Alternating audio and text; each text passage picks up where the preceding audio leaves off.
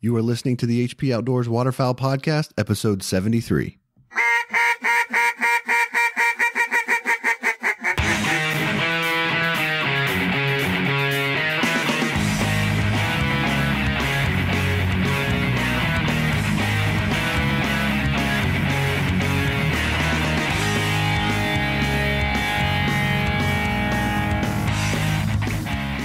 This week on the show, we're talking safety and first aid and how to best protect you and your family when you're spending time in the outdoors.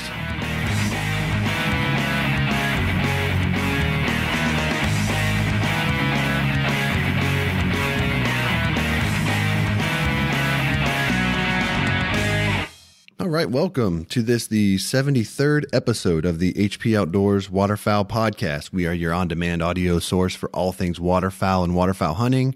You can check us out at hpoutdoors.com, across all of the social media platforms, Facebook, Twitter, Instagram.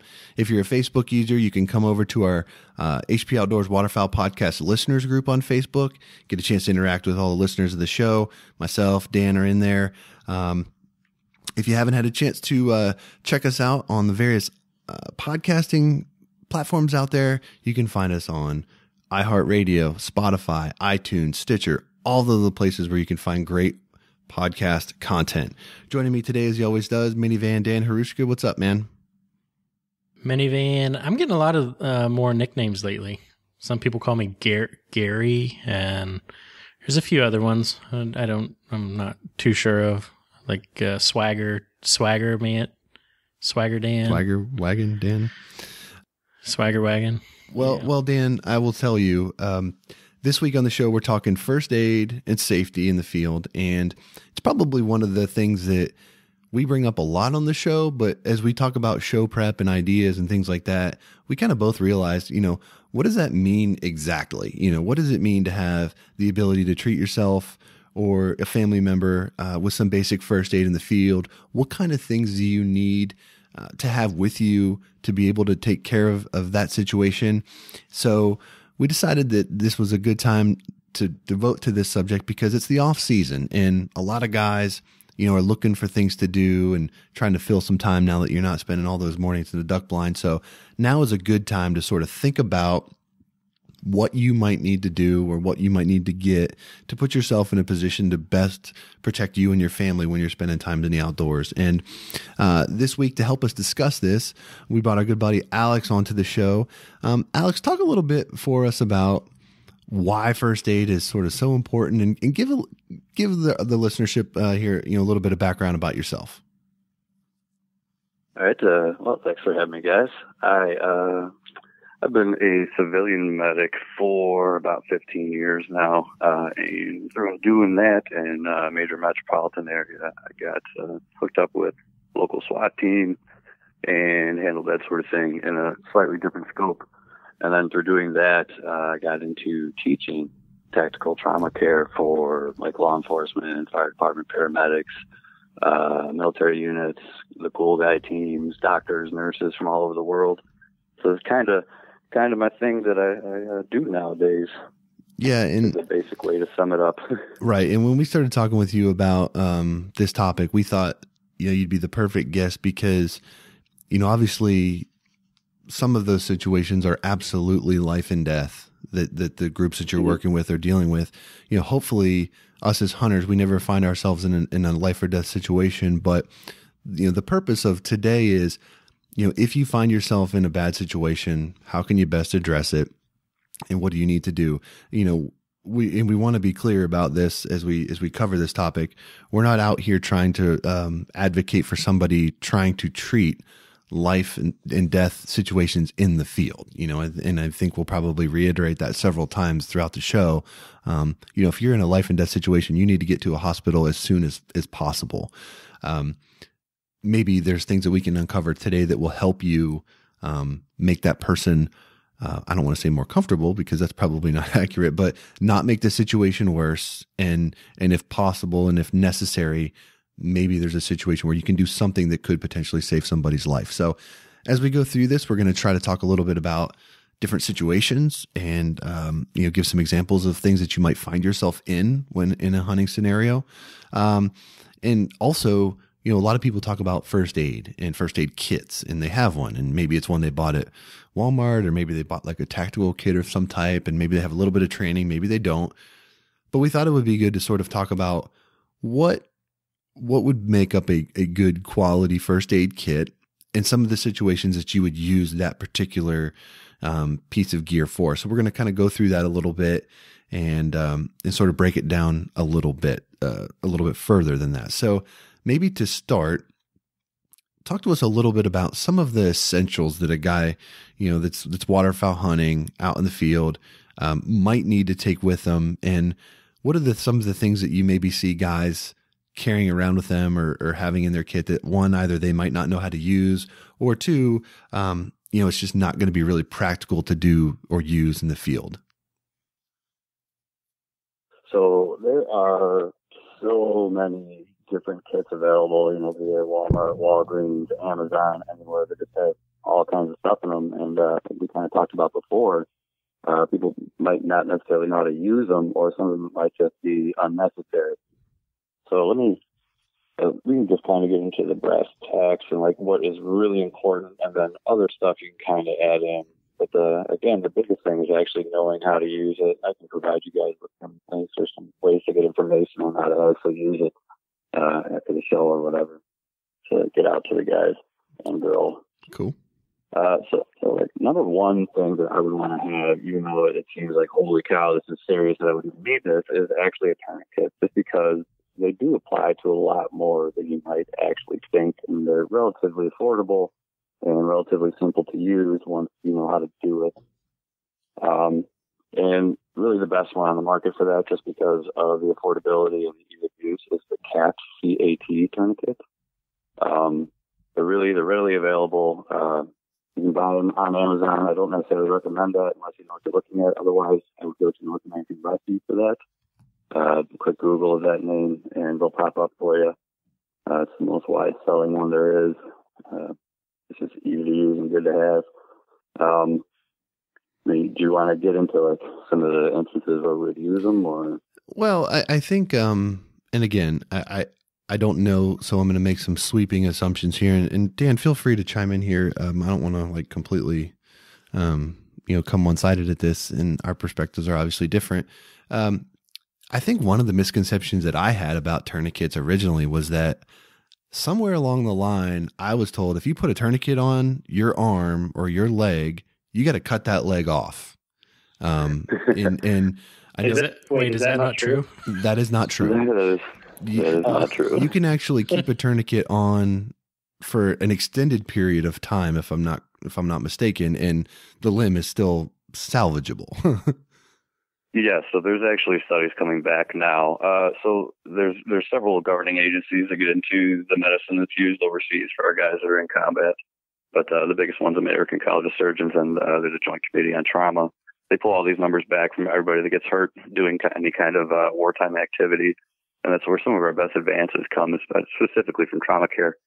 And we've actually reduced death by preventable trauma, is what we're calling, like guys that are shot in an arm or leg, or even an IED blast where they, partially lose a limb. The application of a tourniquet decreased that rate of death by preventable injury by over 50%. And that's just because of everybody's learning how to use a tourniquet and using them now. So there's still, people getting hurt or being worse off than they should have been because, they weren't getting a tourniquet, but more people are surviving those injuries now than ever. And that's because of the tourniquets. And then to touch on the point about the length of time with the tourniquet and losing the limb, that is actually a myth. It used to, people used to say that and say, oh, you're going to have to cut that leg off if you put a tourniquet on, or they're going to lose their arm because of it. There's actually, they're used in surgery literally every single day around the country for several hours, and there's minimal to no permanent nerve damage from it. There is sometimes incidents of like slight palsy, like some tingling that might happen afterwards, or some numbness, but that usually goes away in a short amount of time. Right. Yeah. So tourniquets are not bad.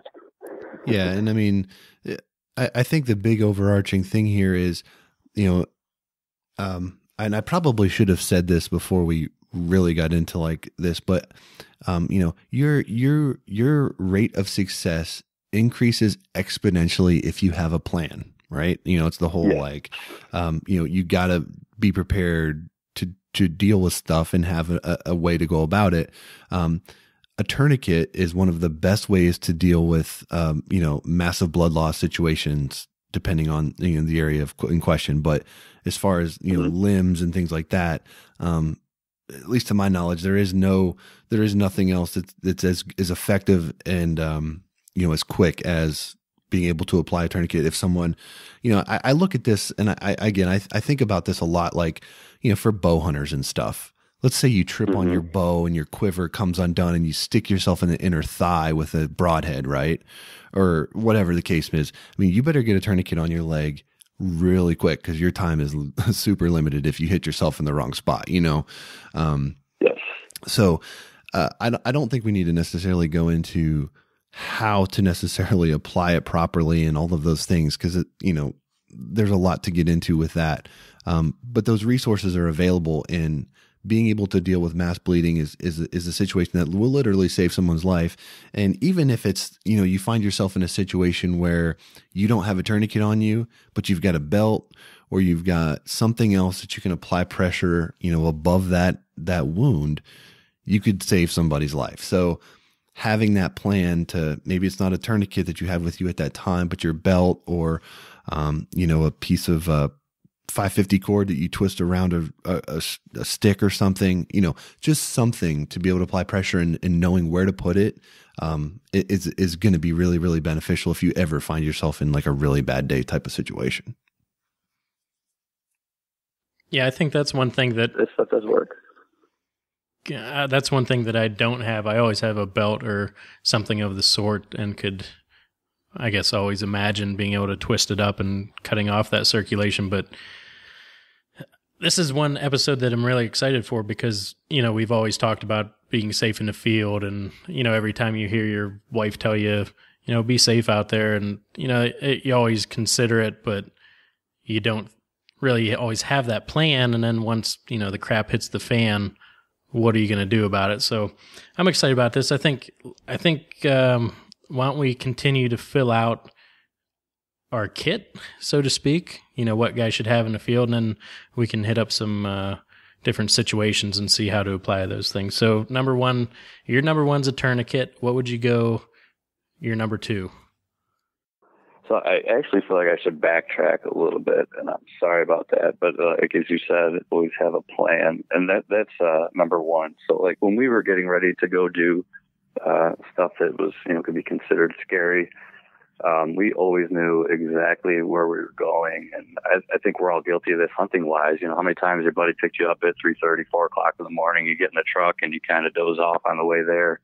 The next thing you know, you're at some creek or in some field. And it would be terrible if your buddy was the one that got hurt, right? And you need to call for help and you don't know where you're at. So number one is always knowing exactly where you're at so that you can call for help if you need to, because that would just be worst case scenario.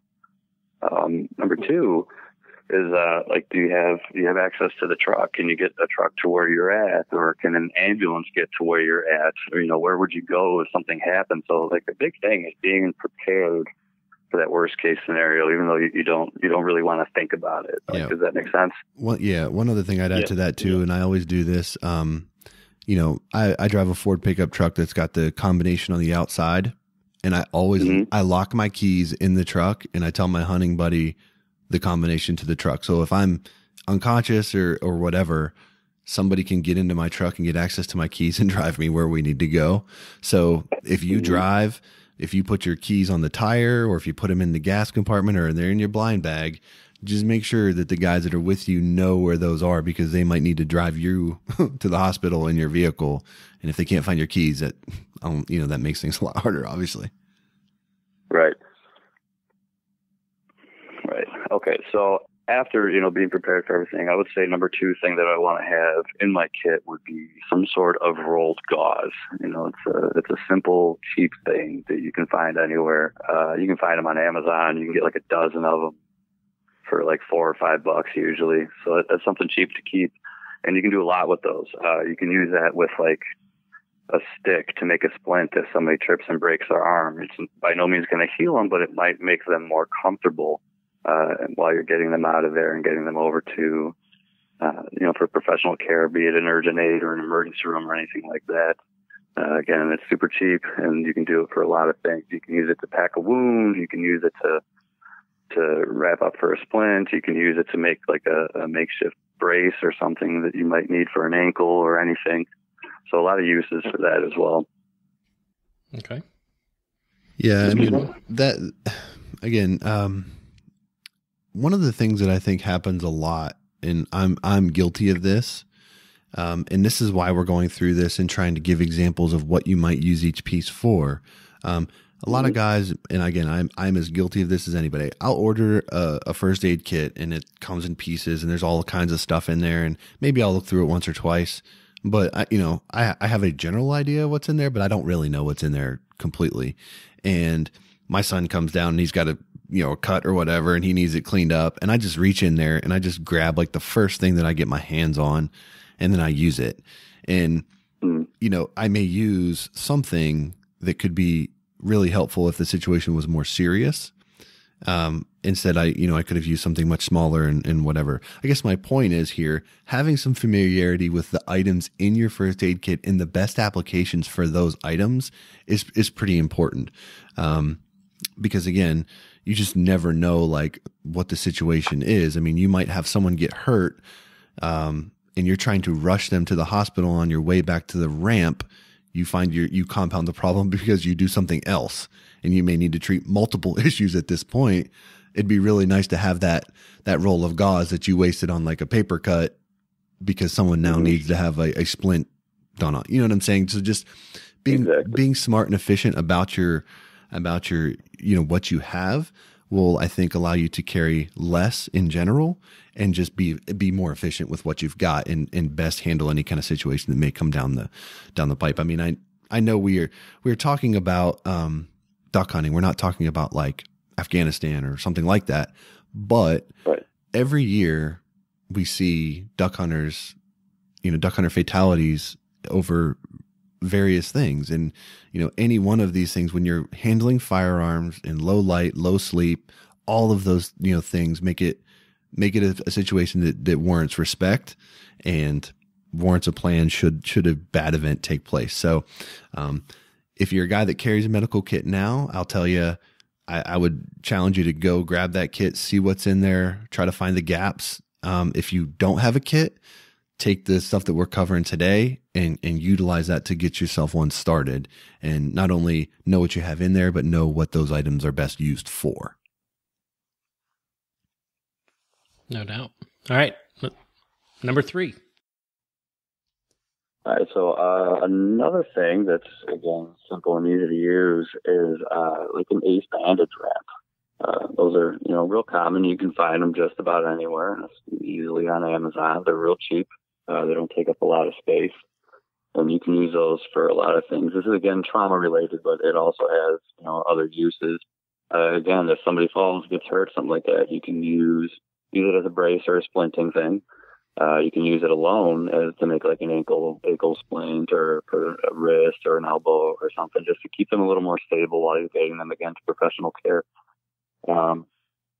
That would probably be my number 3 most useful thing. And then in a trauma circumstance, you can use it in place or as an adjunct to a tourniquet if somebody's bleeding really bad, or if, like in a role of duck hunting where someone may accidentally catch a bunch of pellets.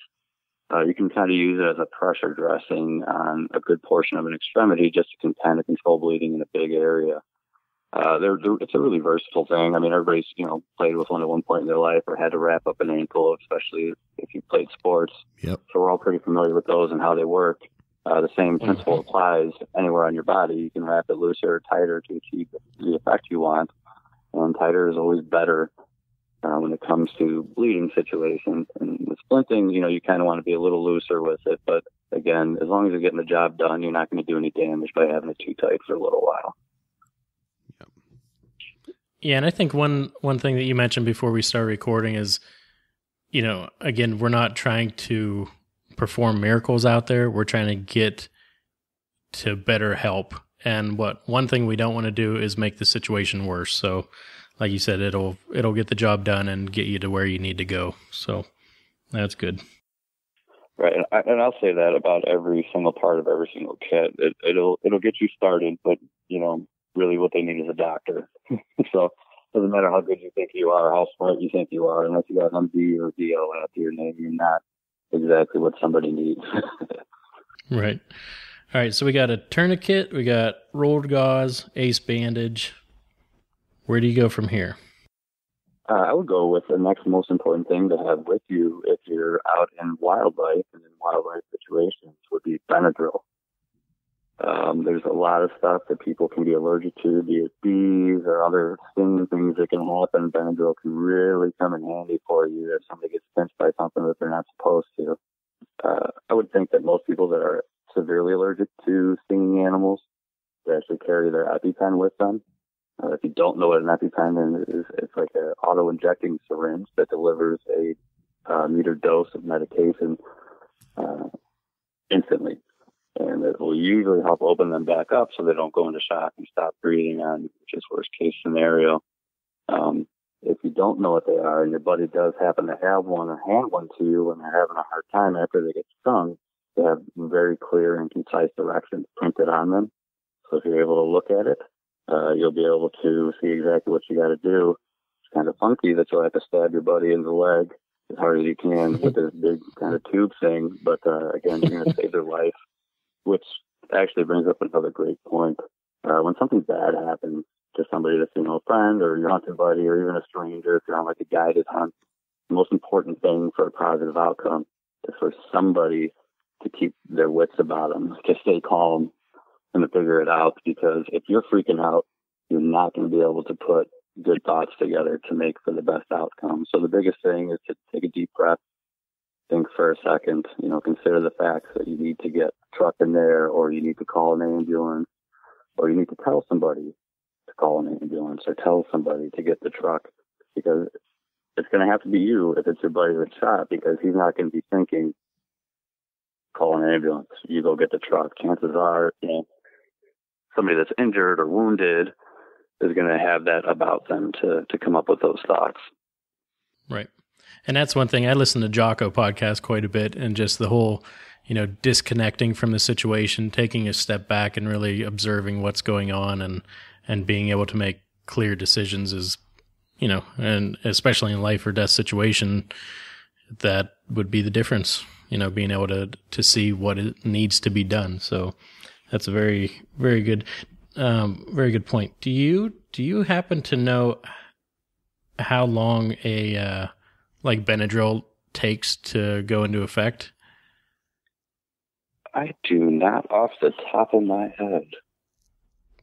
I'm just wondering. I know it's pretty quick. Google. Yeah, it's pretty quick. I think I don't know exactly. It's fairly quick because I'm allergic to whitetail dander, and most of the time, and I hunt whitetail all the time. I'm not allergic to the meat, but just the deer hide. So whenever I'm gutting deer, I'll start to get hives. If I touch my mouth or anything, I start sneezing, like my eyes start swelling shut. So I always have Benadryl on me, and if that starts to happen, it goes down fairly quickly. But I imagine, I'm just thinking if a throat is close to swelling shut, what the actual time would be for it to concede that.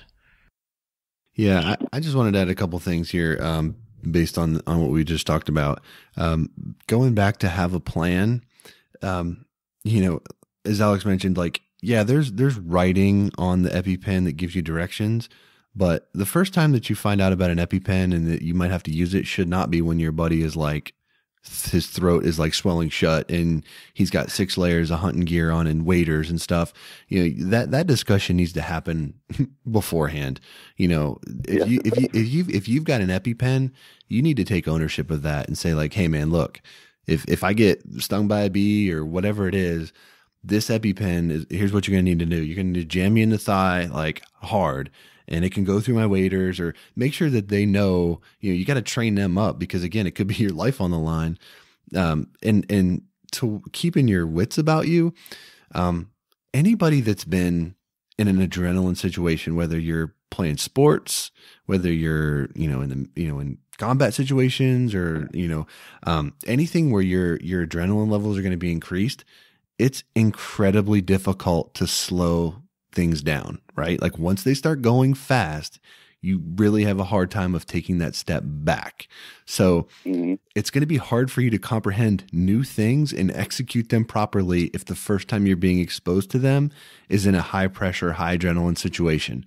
So take advantage of the time ahead of time to say like, all right, man, you know, I'm going to be upfront with you. Like I got this situation going on. If this happens, I'm going to need you to do this, you know, show it to them, make sure they're comfortable with it. Like, it's honestly, it's probably, you know, like something that you're going to laugh about and like, you know, cut up about a little bit, but like, you know, it's one of those things where you might have to be kind of serious about it because again, there's nothing that's not serious about it if you actually have to use it. So, I know for me, like if no one told me, like I know those EpiPens and stuff can go through like jeans. I'd be really concerned. Like you're a neoprene waders, man. Like you're a 250-pound dude. Like, how am I going to manipulate you out of those neoprene waders? Do I need to do that? You know, all of those things are really important to kind of talk about and have that sort of plan. And again, if that were me, and then if I was hunting with someone, if there wasn't at least one guy in the group that knew, I would go through that every time just so that someone in the party is aware.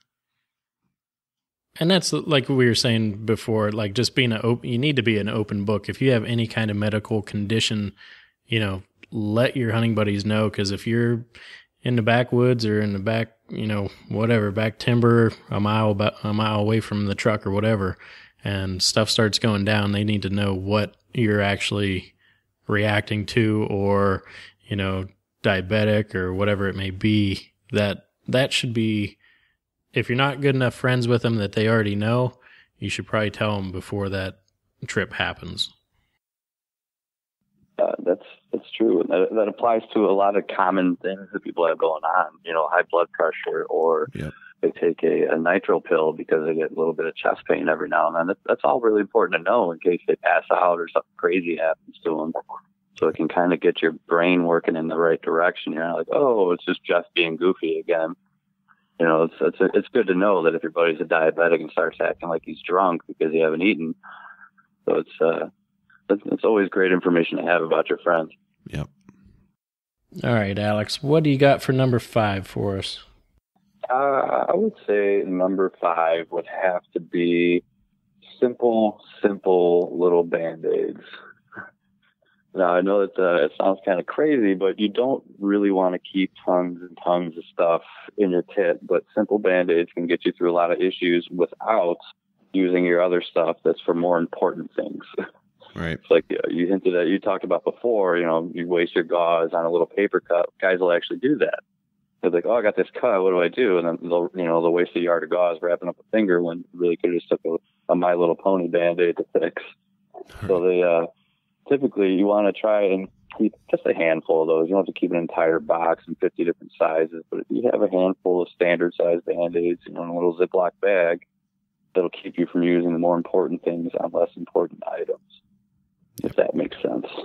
Definitely. I was going to say, I want to make a point about the whole, ordering a first aid kit and not knowing what's in it. So when 2010, I was out in Colorado, and it was before we hiked up a mountain, and we were sitting over this water hole before the sunset. So we're sitting there, and I was like, you know what? I'm just going to sharpen my knife, because what else do you do when you're waiting over a water hole except sharpen your knife? So I ended up slicing the end of my thumb almost completely off. And I'm like, oh, I have a first aid kit that I ordered on Amazon. Maybe I should open it up now. So for the first time, I opened it up, and it was very, very limited. So I ended up I had gauze in there. I also had some super glue just in my pack and duct tape. So I ended up kind of putting the skin back and super gluing it, wrapping it with gauze, and covering it with duct tape. And that's probably not the best thing to do, but that goes back to the point that you probably should know how to apply stuff, and you should probably have things that you need instead of super glue and duct tape. But that was all. So, small story. Story time by Dan. We'll say number 6 and number 7 are for rubber. What'd you say? Duct tape and super glue. Yes, absolutely. So now back to the professional, Alex. What would you recommend after Band-Aids? Well, since you brought up the topic of closing up wounds with things, I remember when I posed that question to the group about do you carry a kit, what's in it, do you know how to use it, sort of thing. There were people talking about having sutures with them. It's a great idea and it's cool to say you know how to sew somebody up if they get a big cut on them, but you can actually doing them more harm than good, just because like say the three of us are out hunting and Dan Tripp's getting out of the minivan and all of a sudden he's got a cut on his forearm. Completely realistic situation. I sew him up because I know how to, and I have this stuff with me. Dan's like, well, Alex, he knows what he's doing. He sewed me up. I don't have to go to the doctor. And then a week later, Dan's whole arm is numb and it's swollen and red and nasty because he's like, well, Alex, told me I was good to go. But instead, he's got this huge infection, and now they got to try to take the skin out of him. So, good idea in theory, poor idea in practice. And that's even if, your buddy's a doctor, because unless your doctor buddy writes you a script for some antibiotics, and then when you get done hunting, he takes you back out and opens you up and cleans it out really well, it's not going to be a good wound to have on you. So even though you kind of close it up in the field and you think it's good, chances are it needs to be cleaned better than you clean it when you're surrounded by dirt and muck and all that stuff. Because if you cut yourself on it, it's going to be inside of you, and you need to be somewhere clean to make that wound clean. So definitely, it's not a great idea to sew yourself up out in the field or have somebody else sew you up. Even though I've done it to myself like an idiot, and then I got a little infected. So guess what I had to do? So not the best of ideas, even though it seems like a good one. There may be some people in the group that don't like that, but 10 out of 10 surgeons will tell you, don't sew yourself up in the field. I have another story about that, but we don't have to go into that one. We can keep going. No. So many limeritas. No. All right. So what's number 6, the closing up. So you wouldn't have sutures. Yes, I wouldn't carry sutures. And then, if you got a little cut on your finger or something like that, I would absolutely say, clean the heck out of it though. If you have a bottle of water with you and a little piece of gauze, which would probably lead into the next good thing, a few gauze pads. They're just little squares. You can buy those anywhere too. They're relatively cheap, relatively small, or even like an alcohol wipe or a little, a sanitizing wipe. Even if you scrub the heck out of it and make sure there's no little particles in there, and it's a nice little flap of skin, you could approximate it, or put the edges back where they belong, and put a little bit of that super glue on there. Just understand that super glue hurts. It's not the same stuff that we use in medicine. It's very similar, but it will hurt. It will burn you a little bit, but it's certainly not going to kill all the tissue around it, and it'll kind of help keep it closed. But again, that's why I go back to the Band-Aids. The Band-Aid will do just as good of a job, because the body will start healing itself pretty quick as long as you cleaned it out real nice. Mm. +1 for the super glue. Yeah, and I think most. Well, it's not like I carry it. It's not a bad idea to have. It's good stuff, but again, unless it's done right, you can kind of cause more harm than help. Yeah. And I think most first aid kits come with like some sort of sanitizing, towelette or whatever, or like a little tube of Neosporin or something like that. And I think that personally, I can tell you that that's one of the things that I pillage out of there most frequently, because I can never find the Neosporin when my kid has like a paper cut, and he's not going to let me he's not going to stop crying until we put a little dab of Neosporin on that. Cause of course that's what makes it stop hurting. So immediately I know where that's at, and I know I can get it from there. So those are definitely things that I will, pick from there. And I keep hounding that because I think a lot of guys, they get a kit, and then they think that that's kind of like where, that's good enough. And not only do you need to know what's in there and you need to know how to use it, but you need to just check it periodically, because things run down, especially if you're picking from it around the house, or, you're using it to treat your dog when you're out training and things like that.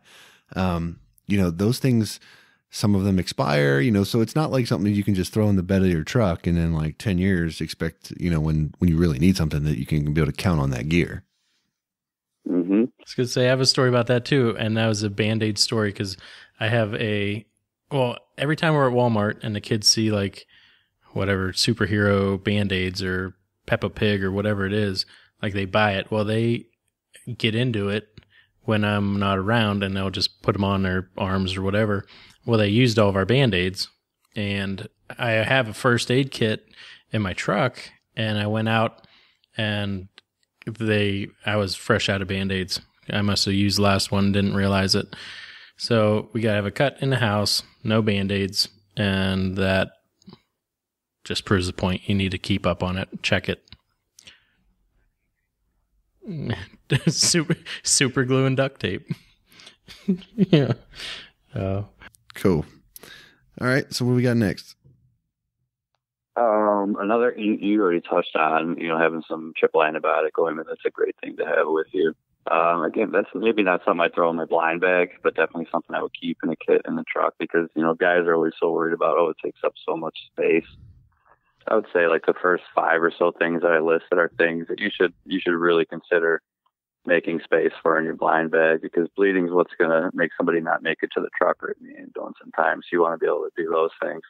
But I mean, another great thing to have back at the truck would be maybe like a burn cream or some sort of burn dressing. Sometimes you get out there, you're shooting snows or something, and it's great shooting. You get all excited, and you go to jump out of your layout blind or whatever, and you grab the barrel of your shotgun as you get out, and you burn the heck out of your hand. I know I've done that, and I actually kind of blistered up from it. And then there's still more hunting to be done, but you got a hand that's useless. So some good burn cream would be good because it kind of helps take away a little bit of that pain. And another thing to touch on burns real quick, if there's blisters, don't pop them. Don't do that as much as you want to. Don't do that. It's not a great idea. Yeah, and I know, one of the best parts about duck hunting is that you can cook breakfast in the blind and you're drinking hot coffee and you got the gas tanks and the heaters and you got all that stuff going on. But those are, just increased opportunities to do, to hurt yourself or, for a kid to hurt themselves or for someone who's, an older gentleman who can't get up off of his stool real well, maybe, and he stumbles into a heater or something like that. Those are, accidents that we could all envision happening fairly easily. So I think not overlooking a burn situation, is probably pretty smart. Mm-hmm. Mm-hmm. And then another thing with burns is when you put a dressing on them, another reason to have gauze is a good thing. You actually want a burn. People used to say you rub butter on it or you put oil on it or something crazy like that. Those are actually terrible ideas. Medical science actually says keep it dry. You want to stop the burn first, of course. So like say you're frying up potatoes or bacon or something like that and they got, hot bacon grease all of them, that's what's burning them. You want to stop the source of the burn. So if there's hot oil on them, get the hot oil off, but you just wipe it off. You don't need to rinse it with copious amounts of water or anything like that. Just get them away from the source of the burn, be it oil or something hot that they touched or flame or whatever. You would think that the natural reaction to that is, oh my God, this is burning me. I got to get it off of me or stop it. But you'd be amazed at what people do when something hurts them really bad. Yeah. So you want to get whatever is hurting them off of them. And then the next thing you want to do is get it dry. And then you want to get it covered with a sterile dressing, which would be like your rolled gauze, that I touched on before. Mm-hmm. For people listening here, we got tourniquet, rolled gauze, ace bandage, Benadryl / EpiPen, Band-Aids, square gauze pads, and then we could add in the sanitizing wipes, antibiotic ointment, super glue is mixed in there, burn cream, and gauze again. So make sure you get the gauze, square gauze, and rolled gauze.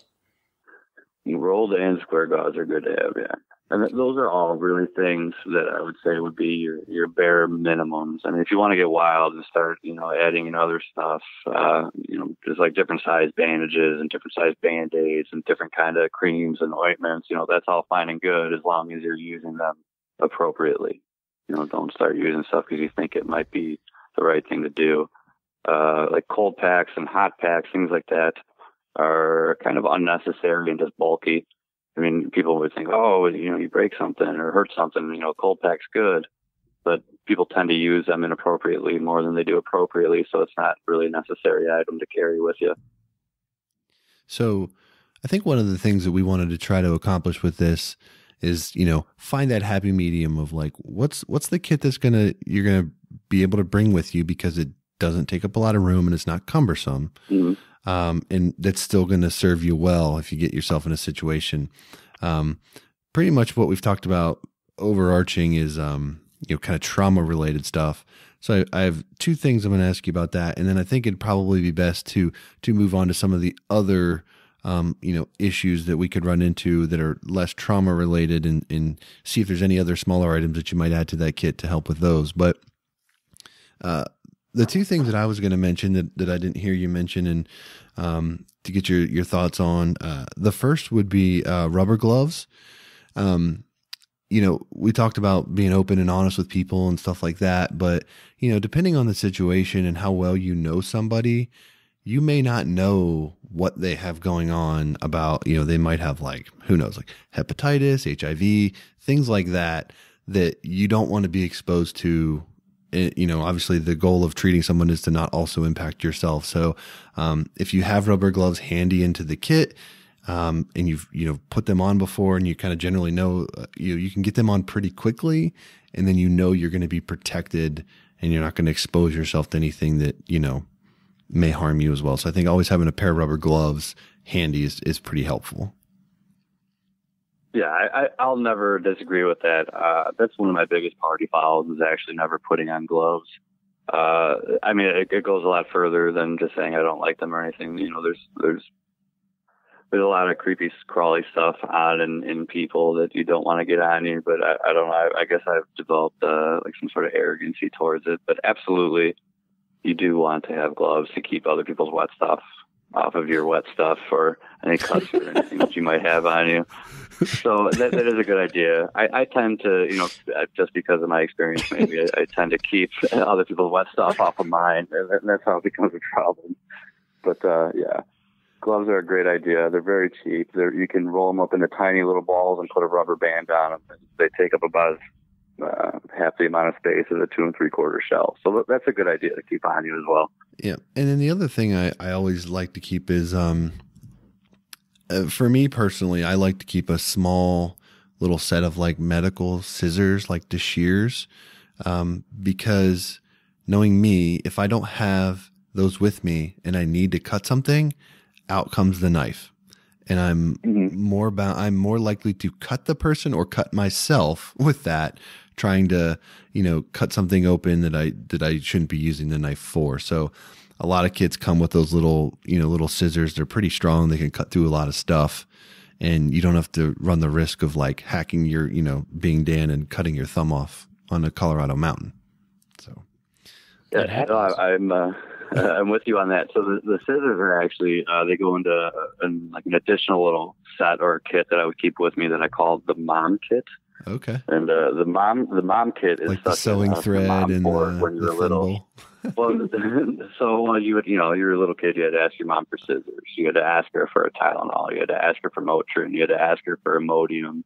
You had to ask for things like that, and that's why I call it the mom kit. So you throw a pair of the trauma shears in there, which are just big scissors that can cut through literally a leather biker jacket or your waders if need be. Right. Because introducing a knife into a crazy situation is pretty much a terrible idea. So yeah, it's pretty much worse. They have these safety scissors with surrounded edges on them. And again, that's why I call it the mom kit because they're safe, but they do a good job. So you kind of want to keep a mom kit. And I think everybody should, not just that one guy that's medical treatment oriented in your group. It should be every guy in the group is able to be oh man, I got a headache or I'm not feeling great or I need to run outside the blind every 5 minutes. It's a good idea to have, that Motrin or that Tylenol or that Imodium or those aspirins or any of those things because it can really help somebody out. And the Benadryl, of course, it can really help somebody out in a time of need. So the scissors are one of those important items that I would keep in that little extra kit. that stays in the blind bag. The mom kit. I like that. I had one. I was going to say I have one to add to just the original, like in your blind bag. Because a lot of times if you're away and you do take a dunk in the ice water or something like that, is one of those, I call them space blankets. I guess just the heat blankets. And those are like the size of a deck of cards. I got a couple of those for the trip out to Colorado as well. So those are great because they're cheap. You know, you can get them less than a couple bucks each, and you can really save somebody's life with that. The big thing, like the specific incident you mentioned, is somebody getting wet somewhere where it's cold. Being wet really increases your chance of contracting hypothermia pretty quick, and hypothermia, it's very dangerous. You can lose limb, you can even lose your life over it, and it's a relatively short amount of time, especially if you're wet. So we might as well just get into it since we're there. If you're dealing with a buddy that's cold and wet, the most important thing is to get them out of that environment as quickly as you can, and that is actually including getting them out of those wet clothes. So even having all your layers on when you're hunting, if you're soaked to the core, you're not going to get any warmer than you are then. So you got to get those wet clothes off and get those space blankets on you as quickly as possible, because they will keep in the radiant heat that's coming off of your body. So if you got 2 or 3 of them, you completely, wrap your buddy up like a mummy in them, including his head and including the feet, and you get him into a truck and out of that cold environment as fast as you can, because hypothermia can come quick. Your body will fight as hard as it can until it can't anymore, and then you get sicker quicker. So that's a bad thing. Yeah, the space blanket is good because it can be a sense of to help you stay warm when you've been soaked to the core, but also I come back to, okay, us 3 are out in a boat and we flip, and we've all got life jackets on and we're able to make it to shore, but we're like on an island or something. It's not like something we can walk back to. What are we gonna do? Space blankets to keep us warm is good, but also they can be used to help you for signaling and things like that. Trying to track somebody down if they're driving, going by in the distance to try to get their attention to come help you. Just different things like that. The space blankets can be really versatile for those conditions. They take up literally no space. They're super small. There's really no excuse to not have several of those handy for that super bad day situation. They could really definitely save your life. Yeah, I like those ones. All right. I think that's well, what else do you have in your mom kit? That's it. Just the simple everyday medications and a pair of trauma shears. And I know you did say like a water bottle, or having fresh water to clean out any wounds. But would you consider having any sanitized liquid to flush things out? Maybe flushing eyes out, or are you good with saving the space and just making sure you take a water bottle? Well, so a bottle of water, like an actual bottle of water that you would purchase from the store, that's actually clean enough water. It's cleaner than your tap water, and that's what you would use in most situations. If you want to get crazy, you can go out and spend the money on some sterile water or some saline solutions or anything like that. By all means, knock your socks off. But regular, a bottle of Crystal Springs or whatever, Smart Water will do just fine. It's more about the activity of the liquid flowing through the area than the cleanliness of it, because if it's a wound, it still needs medical treatment and real cleaning. Gotcha. Cool. What about, a lot of us enjoy spending time in the outdoors with, our dads or our grandpas or, people that are later in life. I think those people are probably more susceptible to heart attacks. But anybody could get overworked in the field, setting out decoys, setting out a snow goose spread, something like that. What kind of things can we have with us in our mom kit or otherwise that might help somebody who starts, thinks they might be having a heart attack or just goes into straight up, cardiac arrest type stuff? Give us some tips on maybe how to handle that situation. That's a good one because, I mean, that happens every year. Right. Somebody loses their dad on a hunting trip or shortly thereafter. And that's why we kind of have to watch our heart attack age friends. And it's, really nowadays it's 40 plus. You have to watch them and make sure they're not working too hard or, they're not becoming overly tired while you're doing a somewhat menial task. So the big thing is, you're hunting with somebody who is a little older in age or in that age group where something bad can go on with their heart. We can start with the worst, and if they drop right in front of you and they're not responding to you, the biggest thing is figuring out where they're at, how sick they are. So it's your buddy. You're like, "Hey, buddy, what's going on? Can you hear me?" And if they don't respond to you, that's when you know it's bad. So that's when you have to activate the whole knowing where you are, having somebody that can go and grab the truck. Or if you're in a field or if you're in a boat, somebody can start driving the boat back, or you're in the blind, get them into the boat and get moving back, but also activating help to come and meet you wherever you can. And that's why that goes back on that being prepared, knowing where you're at, knowing who is going to be your help and how to get a hold of them. But if, somebody does have the big one and you're out, hunting, if you don't know CPR this day and age, it's almost a shame on you thing because of how easy it is to learn it somewhere. But the general rule of thumb, you can't screw it up if you don't already know it, is to find that spot in the center of their chest and then do compressions. And it's hard and it's deep and it's fast, as awful as that sounds. But, you want to do compressions a few inches deep, so you want to be able to push really hard. And you want to do it about 100 beats a minute so that you can you're actually squeezing the chest cavity so that it squeezes the heart to keep some blood flowing through their body. They've actually switched over to, the American Heart Association has actually switched over to compression-only CPR, saying that the compressions that we're doing on people's chest cavity is enough to move a little bit of air in and out of their lungs and maybe keep enough oxygen moving through to keep the brain alive and keep the heart alive until some, stroke of luck and the CPR works or some electricity gets applied by paramedics. Or if you're lucky enough to be at a large boat ramp or wherever you're at, or DNR agents nearby or something, and they have an AED with them. But the big thing is early onset CPR is saving more lives than any kind of drug or anything else nowadays. So the big thing is learning CPR. And if you don't know CPR, you can actually go to the American Heart Association, and on their website, there are several links on how to get CPR training. You can actually do it online now for a fee. There's several vendors that will do that. Basically, if you just Google CPR training, you will find it. It's a good thing for everybody because you never know when you'll need to know it. And they can actually give you links on how to learn how to control bleeding as well. Yeah, I wanted to make a couple points about CPR. The first thing that I wanted to bring up about that was I can hear people thinking about it now. Like, yeah, that's sounds like a pain in the neck, probably something you're not going to devote a lot of time to. Think about the person that you care most about in your life that you spend time in the outdoors with, and think about that person have a heart attack in front of you and you not knowing what to do. That should be motivation enough. Two, as you mentioned, they've gone away from they've gone to the just compressions thing. The moral of the story is doing something is 1,000,000% better than doing nothing. So literally just pressing on the chest could save that person's life. The other thing we talked about, 2 episodes ago, we talked about getting kids into the outdoors and getting them into the lifestyle.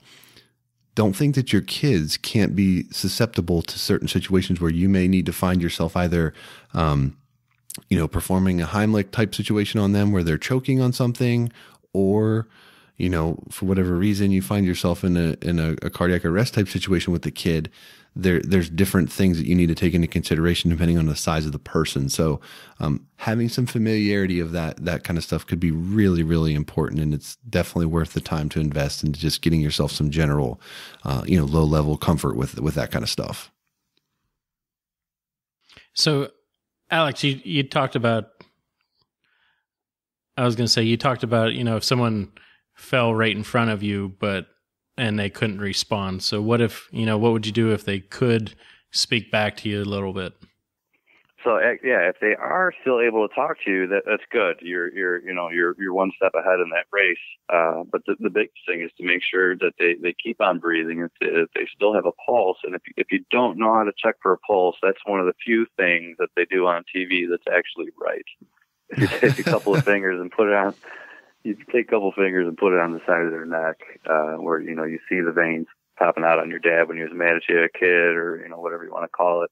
You will be able to feel that carotid artery and find a pulse. Or if you flip the wrist over, so you're looking at the palm side of it, you can go on the outside edge of the wrist and you can press in there pretty hard, and you should be able to feel for a pulse. It's important that you don't use your thumb though, because you can actually feel your own pulse instead of theirs, which is going to be racing if you have to feel somebody else's pulse. So you want to make sure you just use a couple fingers instead of a thumb, and put it in one of those two spots and feel for a pulse. And now you don't have to sit there with a watch and count it. You'll be able to tell if it's going really fast or really slow, just because you'll be able to feel the rhythm of it. And that's actually something important to know, because fast is all right, really fast is bad, and slow is bad. Like you're like, wow, that seems like it's beating like 20 times a minute. That's kind of bad. If you're breathing more than their heart's beating, that means they're really sick. So again, that gets back to early activation of resources. So you want to get somebody calling 911 as quick as you can, because minutes do count when someone's bleeding or when somebody's having a heart problem. Just because your buddy's talking to you now doesn't mean he's going to in 2 minutes. So if you think there's something wrong enough that you need to be checking his pulse and checking if he's okay, maybe it's a good idea to get an ambulance rolling, because things can change pretty quick, especially when people are old or they do have a heart condition. And that speaks volumes to knowing who you're hunting with. If it's a buddy of yours, you should be on the comfort level of, I got high blood pressure. My doctor's worried about me having a heart attack, so he's putting me on these medicines. That's also why it's a good idea to carry aspirin in your mom kit, because if a guy is having chest pain and he's kind of sweaty and it's, 40 degrees out, and you're not setting up decoys anymore, and he's kind of short of breath, or he's having like a weird pain in their chest or their arm or anything like that, it's a good idea to have that aspirin, because you can give them some, and that can actually help them in the long run.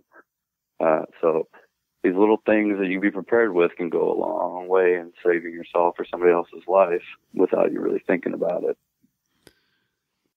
So I have just a question about really how important is time, and the aspect of say that there's a gas station 3 miles out of town, and you're hunting another mile past that gas station and then 2 miles down a dirt road and then off some 4-wheeler trail somewhere. And then say you get in a canoe and you're back in the timber back in there somewhere.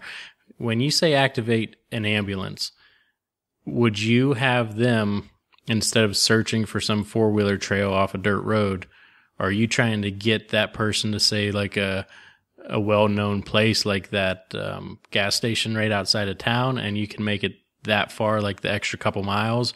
Or should you have them trying to meet you down a dirt road? Like, I'm just wondering, saying if I was to call someone and, just meet me at this gas station, I can get there quicker than you can find me. Like, what's the kind of time? How important is that time? So that's a good question. And, paramedics cannot read your mind. So if you call 911, you tell that dispatcher, oh yeah, I'm at, Walton's farm field back by the creek on the other side. They're not going to have a clue what you're talking about. Right. So the best idea is to say, we're going to be at that Citgo gas station on Route 17, 3 miles north of X town. They'll know what you mean then, northbound side or north side of the road or whatever. They'll be able to pull up or find an address to that. And the cool thing, technology with dispatching nowadays, especially if you're calling from a cell phone, they'll be able to get a rough estimate of your location. So they'll be like, oh, okay, that gas station right there.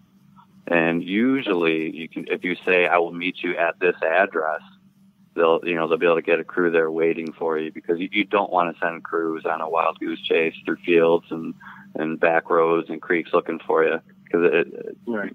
More times than not, it will end up with you guys not finding each other quick enough. So absolutely, a solid emergency meeting place is a great idea. If the farmhouse actually is close to where you're going into their farm or into the creek or whatever, absolutely provide the address for there. They're not going to mind that an ambulance pulls up in front of their house and saves somebody's life that's hunting on their field. So it's always a great idea. If you know the address for your boat ramp, they all have them. Usually they're listed on a board, actually. Boat ramps, especially if they're state-owned or run by your wildlife area or commission, they will have a number to it. Like whether, it may just be a series of letters and numbers, but it's an identifier for it, and that actually is like the address within them.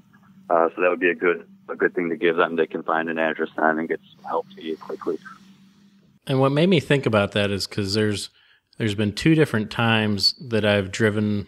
At one time, I actually ran by a deer that had been hit, and I call the game commission, and I know it's not first responders, but I call their dispatch and then give them exactly where it's at, north off 18 or whatever it may be, and it's like I'm talking a different language. Like they'll call me and they'll be like, "Yeah, I'm like 3 miles outside of this." I'm like, "You're not even close." Like, 18 out of Harmonsburg and go west on Agnew, and we're quarter mile right there, and it just never seems to work out. And they're very step by step directions. So I think having a distinct place to meet or an exact address is definitely the way to go. Yeah, and an exact address is always the best way to go. From back at, my time working on an ambulance, we would get people to call and be like, "Oh, they're a quarter mile west of this street in this town." And then, you go to that area and you search a mile in each direction of every street that goes off that street. You call your dispatch back when you're on the ambulance, say, "Hey, we're not finding anything." And they're like, "Oh, wait, they think they're over here," which is like 2 towns over, like 7-8 miles away. Oh my like, gosh. okay, well, that's not even, yeah. So people, again, when people are under stress, their brains don't really work right, so it kind of gets goofy on them. So that's why having a plan and a place is the best idea for everywhere you hunt, because the last thing you want is definitive care to be delayed. So I got a question for you, having that experience. How are they equipped to handle like geo coordinates? So if I drop a waypoint on my GPS or my Onyx maps, app or something like that, and I'm able to, say, I've got a guy here and I read them out the geocords, is that an effective technique to get them to the, or do they have the ability? The dispatcher, and the dispatcher is adept to it, and they can look at their program and say, "Oh, okay, yeah, I can put it in these GPS coordinates or these grid coordinates and get an exact location." Yes, you absolutely can. If you're able to provide them with your GPS coordinates or where you're going to meet them at, they will absolutely be able to get a crew to you guys. It's real common in all the software that they have. In most places, it's up to date. But if you get into some of these rural areas, sometimes they still hold on to their old school. It's just a phone and a guy with a radio. They may not have the technology. But, again, those are the situations where you could be like, "Well, I'm by so-and-so's farm," and they would know exactly where you mean. So it's always having the most information about where you are or where you're going available that will provide the best outcome. Yeah. I would just, listening to Dan's scenario there, I would be very hesitant to try, like, have it on the plan that you would bank on being able to get 1.5 miles or 2 miles to that gas station. You might not have that kind of time, and they're going to be able to come much quicker to you than you're going to be able to get to them with however many guys. It may just be you, and you've got your dad with you who's having a situation where if you started chest compressions on him, you can't stop. You finish. You're doing that until someone gets there to relieve you. Right. So, the best you can do is maybe the field, like the road or whatever, get them to you, get as close to you as you possibly can. One thing that I always take every time I'm out in a boat specifically is I take a marine whistle, so that I can always give like an audible signal to someone who's within earshot of me. Just things like that would allow you to flag somebody down, could be really important. And I did want to mention that about the chest compressions thing that we were talking about. Prepare yourself for that. If you ever find yourself in that situation, it's exhausting. It's not easy to do, and you may have to do it for a long time. So just know that, like, mentally prepare yourself that it's not going to be easy, but it's super critical. And you may not be able to move the person and things like that. So again, all of these are like the worst day ever, if it ever happened, but none of this is out of the realm of possibility. Mm-hmm. Yeah, and I think this is a great conversation because I think our first 70-some episodes were kind of high level and people were asking us to go more in depth with stuff. And this is, like you said, this is worst case scenario. So this is what people want. And I want to hear it. And I know you said you had some links and things, but what are some good resources online that people can go to kind of look up some of this stuff or do a little bit of research, and then we can post it on the show notes on our website for this episode and things like that, so people have a place to go find them. But what are some general things you'd recommend people check out just to kind of get some base level knowledge? So I would say the number one most important one is learning CPR because, like I mentioned before, shame on you if you don't know it.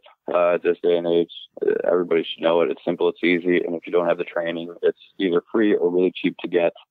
But if you want CPR training, if you just Google the American Heart Association, it will show up. CPR training will be probably the first thing that you see in your results. Click on the link to their website, or even just Google CPR training, and stuff will show up for, as low as like $10 to $15. You can get an hour long or 90-minute long online course. It will make you pretty comfortable with the basic knowledge. But I highly recommend, getting an actual course where you go somewhere in person and you get to do CPR in a dummy so you can actually see what it actually feels like. You can feel it, you can see it, you can hear it. It's a little bit better training, and it might make you feel a little more comfortable on how you actually do it in real life because you get to see the landmarks on the human body. You get to actually feel what, 2 to 3 inches or more of compression feels like on the dummies, and you get some sort of positive response from the experience of actually doing it on something. So I definitely would recommend the American Heart Association for good training for that. When it comes to the trauma stuff, there's a lot of great resources all over the internet. But I would say that the best two are from the American College of Surgeons Committee on Trauma. Those are the trauma surgeons, the guys that fix all the nasty injuries that we're able to create as human beings. They take those and they fix those. So they've actually put out a lot of great information. One of the best ones that's out there now that's been disseminated to the public is bleedingcontrol.org. There's actually this big push that's been going on for a couple of years now for the most people to learn how to deal with traumatic injuries and bleeding specifically. That is bleedingcontrol.org. They do the Stop the Bleed thing. So through that, you'll actually be able to see great information on how to stop bleeding injuries with just your hands even, or how to use some of the stuff that we talked about today, and that's free. There'll be basic information on how to do some of those things for free.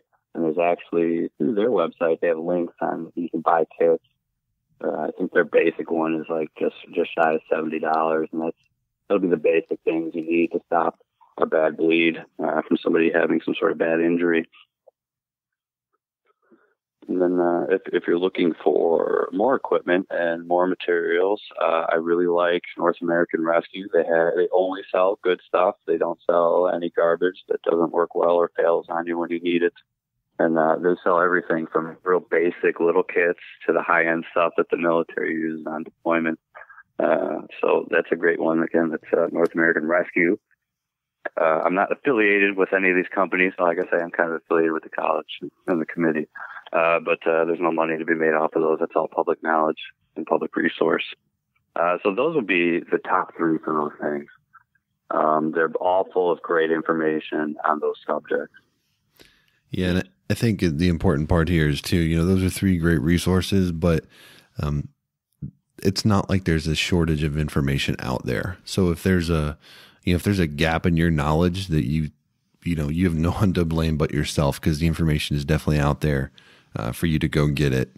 And it's just something that you have to make the decision, that it's important enough for you to go and get it. So I was glad we were able to get a couple of those good ones out there for sure. And if there's, anybody in the group has any questions, they could, if they post them to the group, I'd be happy to reach out and try to point people in the right direction for information or just give it to them firsthand. This is good stuff that everybody needs to know. We all pray that we never have to use any of that stuff, obviously, but it happens every year. 10% of all firearm deaths in the country are from hunters and other hunters. So, well, and it can be that's a surprise. I have two questions. One, what is why would you not have any kind of blood clotting materials in your kit? So with those, they're really, really popular. But the big thing is if you don't do it right, it actually tends to cause more problems than it does good.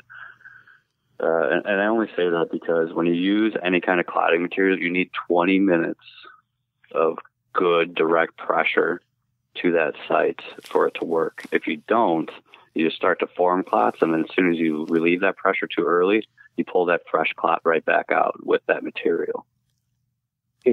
So, and there's actually no good science out there that says that the blood clotting things, like the hemostatic gauzes, work any better than regular gauze. There's literally not one study done by anybody that says it's any better. Okay, because I was watching Shooter with Marky Mark the other day, and he was in some dirty bathroom and put something on it that burned it and worked. So I was just...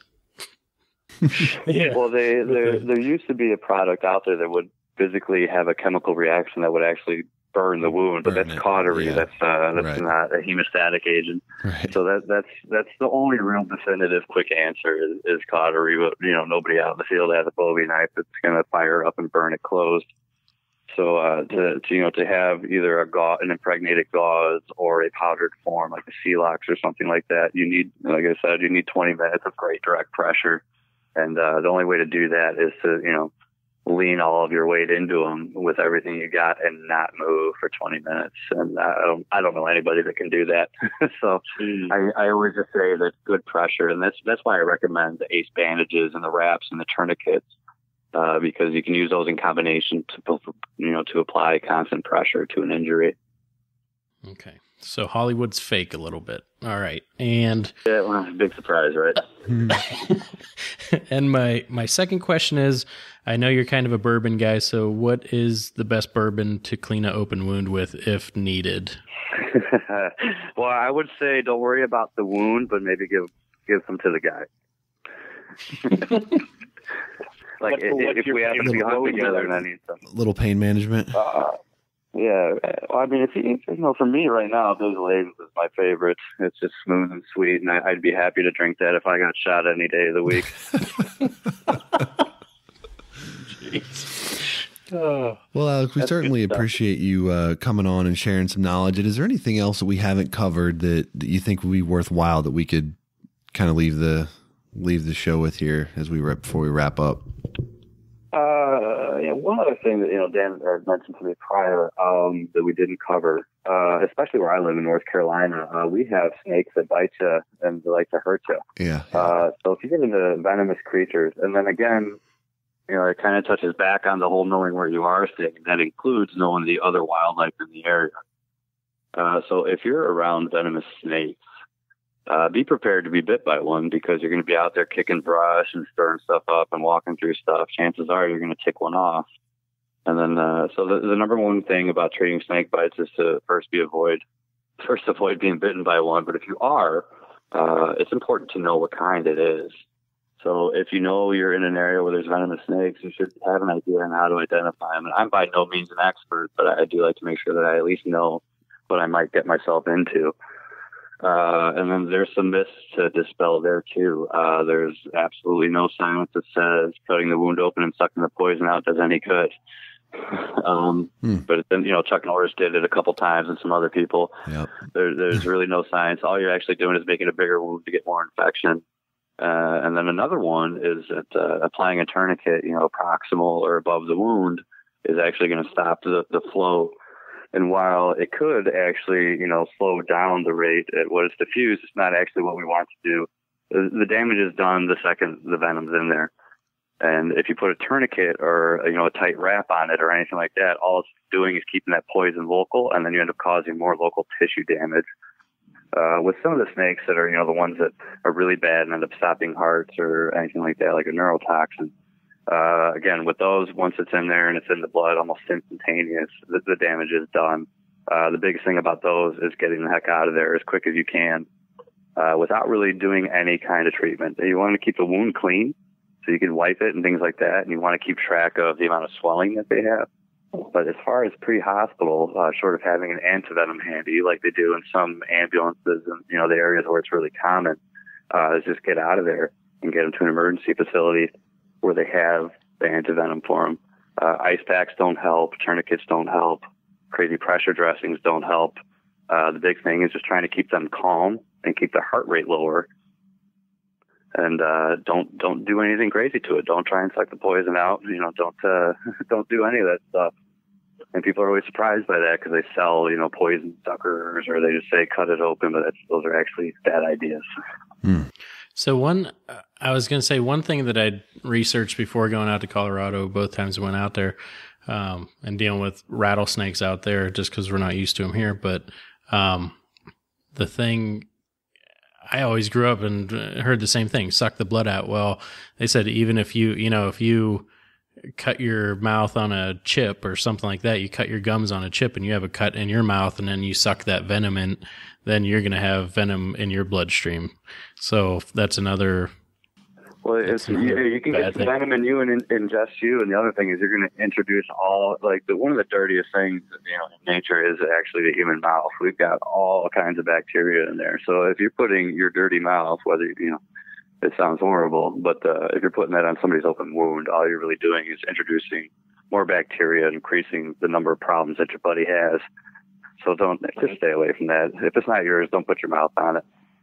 Yeah. And I did end up buying like a little, rubber cap looking thing to where you can, pinch it and put it on there and then let it suck a little bit out. But I'm like, this thing's not going to do anything. Like that venom's going to be in your blood. So that's it was one of those things that, got super widespread, and they're like, this is the greatest thing ever. And then, good old science takes over and like, yeah, it doesn't matter. Once it's in there, it's going to do what it's going to do. And even if you pull a little bit of it out, it's already done its damage. So your best bet is to let it run its course and manage the symptoms that come along with it. And unfortunately, we can't do that, out in the blind with our buddies or working our way through a field. So the most important thing is to get to an antivenom. It's the really only answer for it. Yeah. And I was going to say one last thing we touched on a little bit, but the whole diabetic thing, that's actually where I thought you were going, same from North Carolina, from all the Southern cooking. But diabetic, and you mentioned, someone might, be acting drunk or something like that. And that might not be the case. Like they might just start clamming up a little bit and not talking. And you think that, maybe you shot over them or shot before you called the shot or something, when in reality, like he might be fading out of consciousness. So, having that plan, knowing that your buddy is a diabetic or you're hunting with someone that is, just another thing to talk about before you head out. Yeah, that's so diabetics, it's an interesting disease and it has an interesting process to it. You get one set of things going on if their sugar is low, and another set of things that happens if their sugar's high.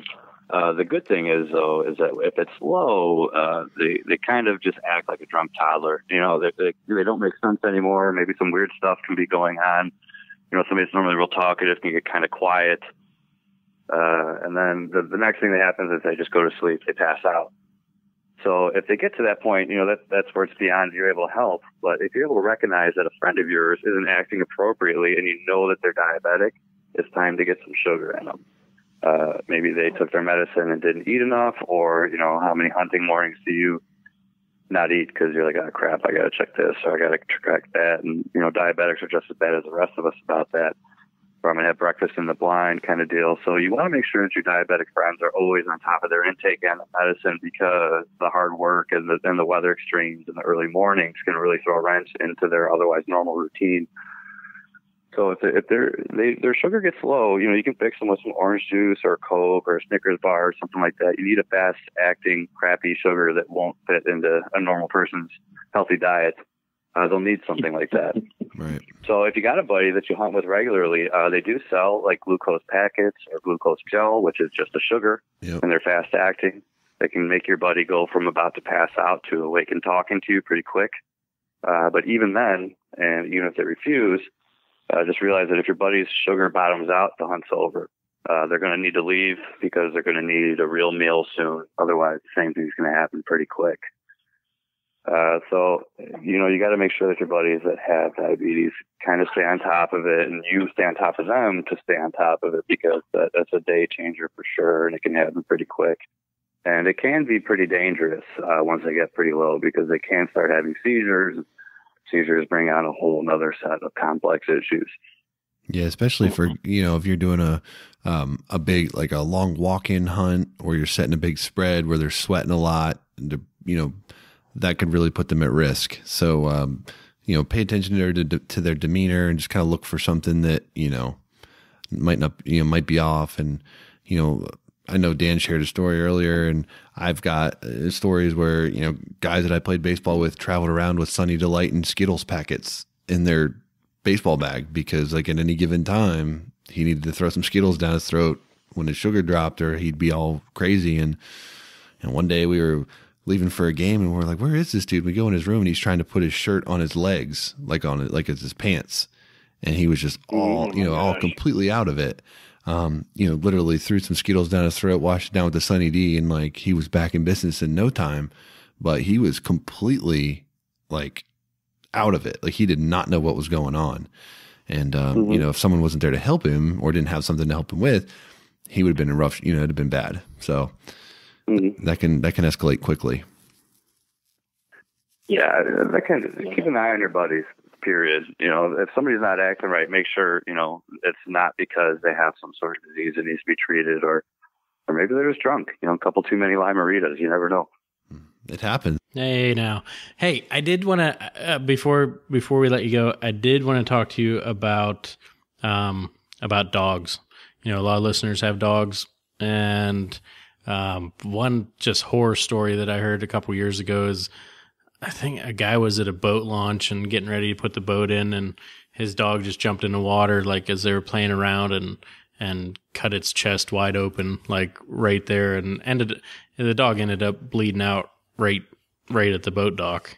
But I know probably some of those situations you won't be able to do anything about. But say you're, running through a cornfield, or the dog's chasing a goose through a cut cornfield and gets a good slice on it. What do you have for that? Do you take an extra kit for the dog, or how would you go about that?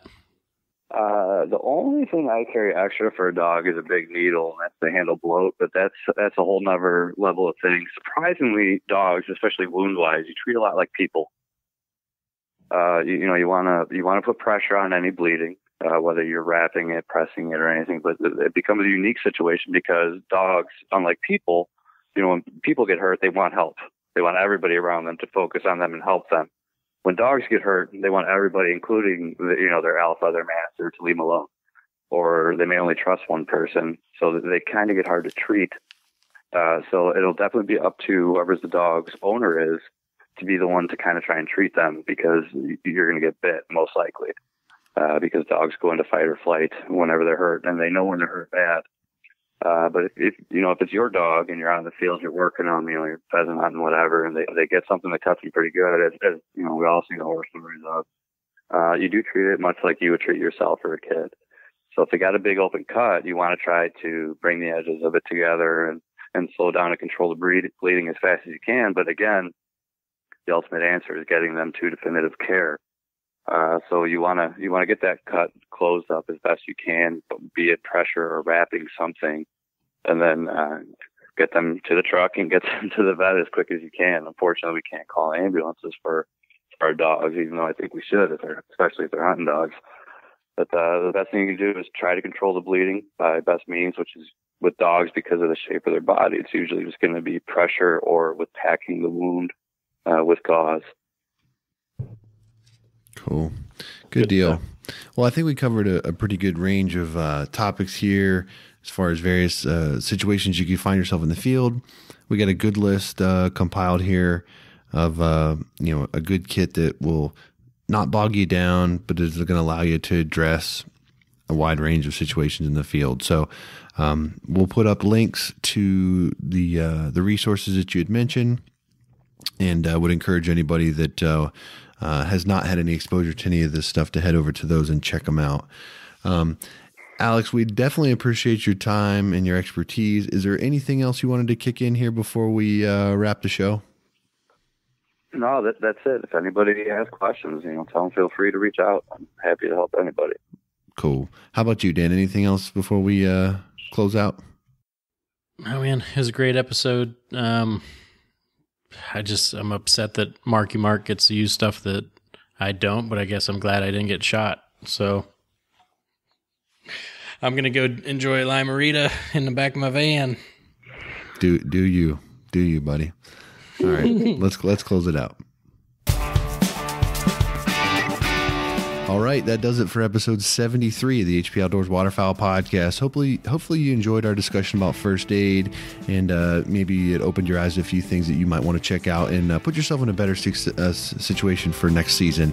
If you haven't checked out the past episodes of the show, you can head over to iTunes and do that. If you haven't had the opportunity to leave a rating and review yet, we would certainly appreciate if you do that as well.